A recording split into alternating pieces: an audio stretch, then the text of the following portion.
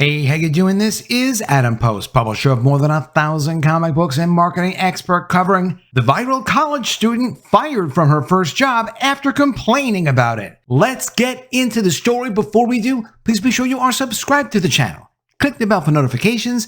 Give me a thumbs up. I really appreciate you guys. Coming from thedailymail.com, Gen Z college grad Brielle Asero, who went viral after complaining about working a 9-to-5 job, reveals she's been laid off from the startup and is now broke. Brielle Asero has been laid off from her 9-to-5 job that she complained about, and we all heard her complain about it. If you follow social media, she got hundreds of thousands of views on this complaint, and like she says herself, she was trying to start a conversation about how difficult it is to start a new job and to have a lot of other things going on in your life when you're working a 9-to-5 job. At the same time, you have to be very careful about what you say publicly because you need to think about how your company might actually take it, or how it makes you look, or how it might make other people at the company feel. She was definitely a bigger hit on social media than she was at work. Not that she doesn't have potential, but now she don't work there no more. The 21-year-old said she works hard and did nothing wrong to lose the role. She made headlines in October when she cried about the crazy work schedule. And she was crying on the video. Not that there's anything wrong with that, but she did cry. The Gen Z college graduate who made headlines after tearfully sharing her struggles adjusting to a 9-to-5 job on TikTok has recently been laid off with no emergency fund. Now, an emergency fund is a great thing to have. A lot of people have some money put aside. When you're 21 years old,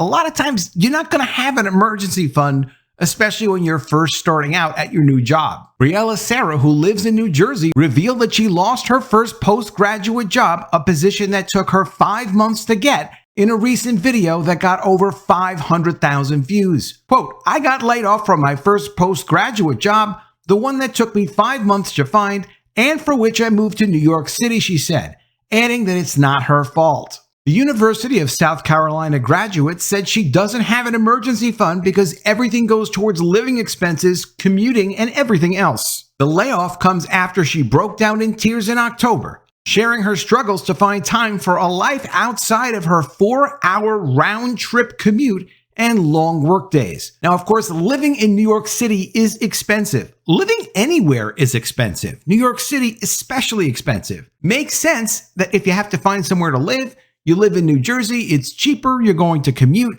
but you do lose a lot of time going to work if it's a 4-hour commute every day. This is the kind of thing you have to plan out if you're considering a position.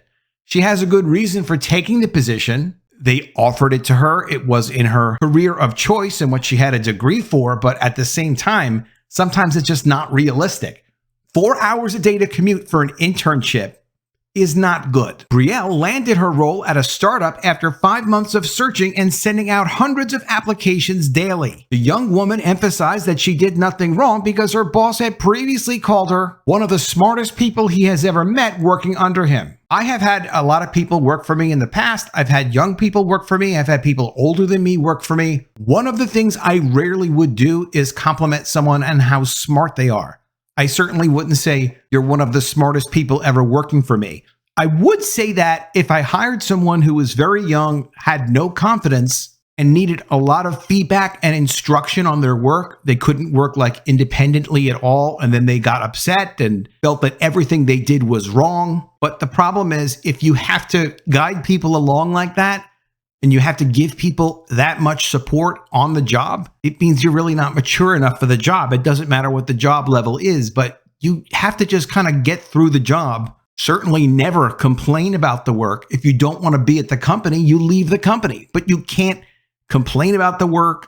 You can't treat your boss like they're a friend. You can't treat the boss like they're a professor or a parent. Your boss is there to help you establish your career, tell you what you need to do, and give you feedback. And there's not a guarantee that the boss is going to be a good person. There are plenty of bosses that are bad people. Sometimes people do have to leave their jobs because of their boss. But in this situation, something does sound off when her boss is telling her she's one of the smartest people he has ever worked with under him. Quote, "It's not my fault. Before we start," she said, "they didn't have the workload or the bandwidth that they needed to train me and to give me work to do." This is the other issue with her. She went to go work for a startup. And startups can be very exciting, but sometimes they run out of money. Sometimes their business doesn't work.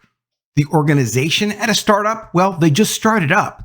So it may be that the company you're going to work at doesn't know what they're doing, or they may sort of know what they're doing, but not have the experience to have their operations organized properly, or their industry might change and there may be no need for what they're doing, so they may have to shift in another whole direction.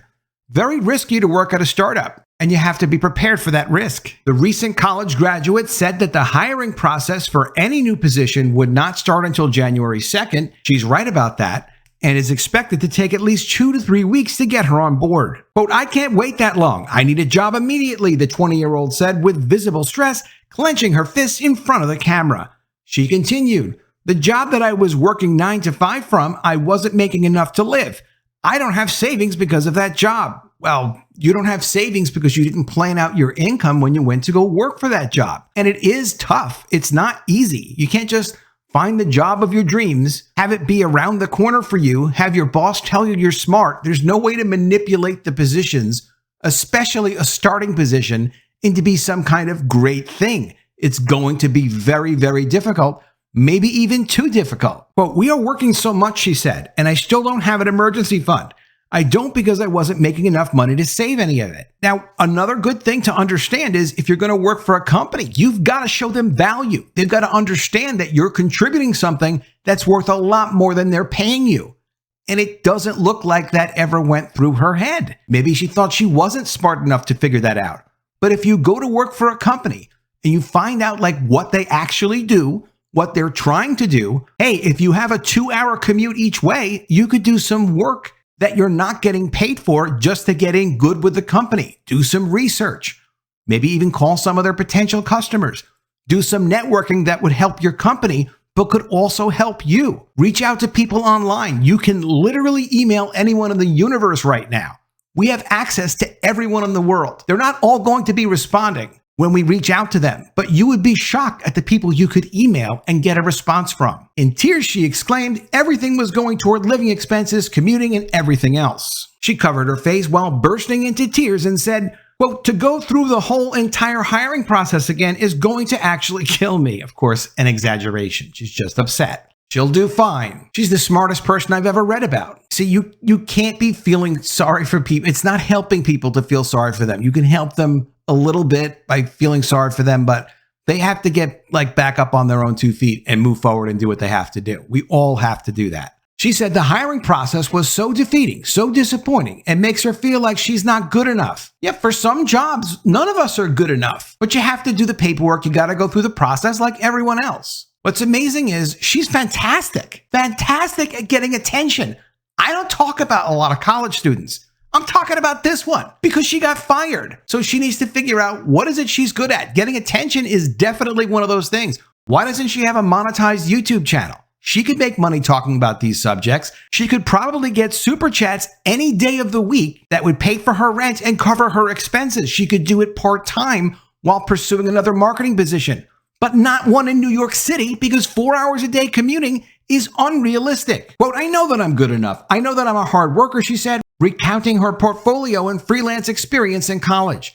"I have done everything I possibly could have, and it's still not enough," she said in disappointment. Not enough for this company. But yeah, she could have done more. But if it's not a good fit, you just move on. Her followers flocked to comments, sharing their experiences of being laid off, offering her empathy. One person wrote, "Don't panic. I've got laid off 3 times last year, and 2 years ago was right before Christmas, and 2 of them were startups. My advice as a 27-year-old. These startups are dangerous. They don't even necessarily know what they want. So they can hire you, but they may just change their mind a couple months later or even sooner and be like, hey, sorry, we don't need you anymore." Another social media user chimed in, "I got laid off twice this year. It's horrible. I feel you. I've been doing side hustles and taking unemployment right now. Get on unemployment ASAP." She may qualify for unemployment. She may not. It depends how many months she worked, but that's certainly something she could look into. Her video garnered more than 500,000 views and amassed thousands of likes and comments on TikTok, where Asero has amassed almost 200,000 followers. She previously gained attention when she complained about her 9-to-5 job that left her with no work-life balance.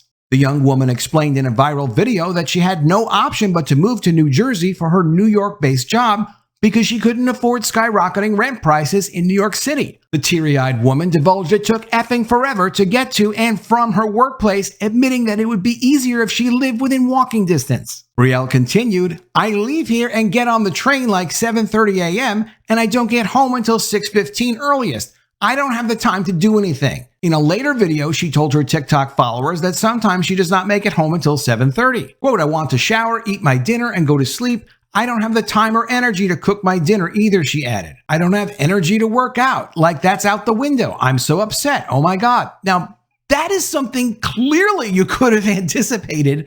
I'm not saying don't take a job in New Jersey and commute to New York City, but you have to anticipate that if you're going to take a job that's going to require 4 hours a day of commuting, this is going to happen. No one has that much energy that they can make free time that doesn't exist. She reflected that it could be worse, stating, "I could be working longer, but I get off and it's literally pitch black, like I don't have any energy." The stressed woman branded herself as emotional and dramatic for worrying about how she would make time for a personal life, such as dating and maintaining friendships outside of her first job. A lot of people don't have time for dating and friendships when they're focused completely on their career. It's very, very common. Balancing work and personal life would be easier if she worked from home, according to the graduate. She's absolutely right about that. She wouldn't have to commute. But that's not like a super scientist needs to figure that out. She later spoke up to Rolling Stone in her own defense, telling the magazine, "I don't even understand how this has turned into a political argument when all I was trying to do was open a conversation. Different news stations picked up my video and painted post-grads as entitled and lazy, which is far from the case," who also made it clear she considered herself lucky to have found a full-time job in her dream field. Quote, "My student debt would make me feel guilty for not using my degree right out of college," she said. But she is using her degree to get attention. She's just not turning it into any kind of paid work, which she could do. She could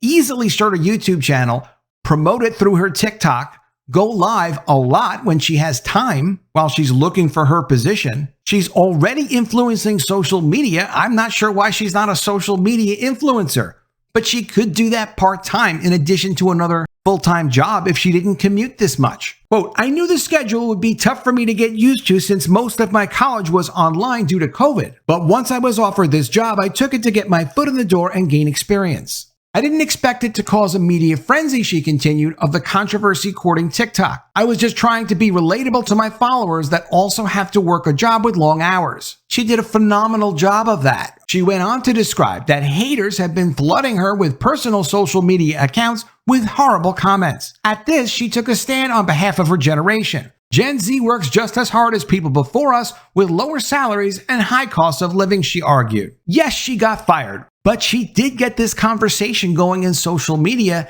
It was accidental, but as she said, she was trying to be relatable to her followers and get a conversation going. That is content creation. She did a great job there. She, just like everybody else, has to be a little bit realistic with what she can do, she can't do, and plan things a little bit better. Let me know what you think of all this in the comments below.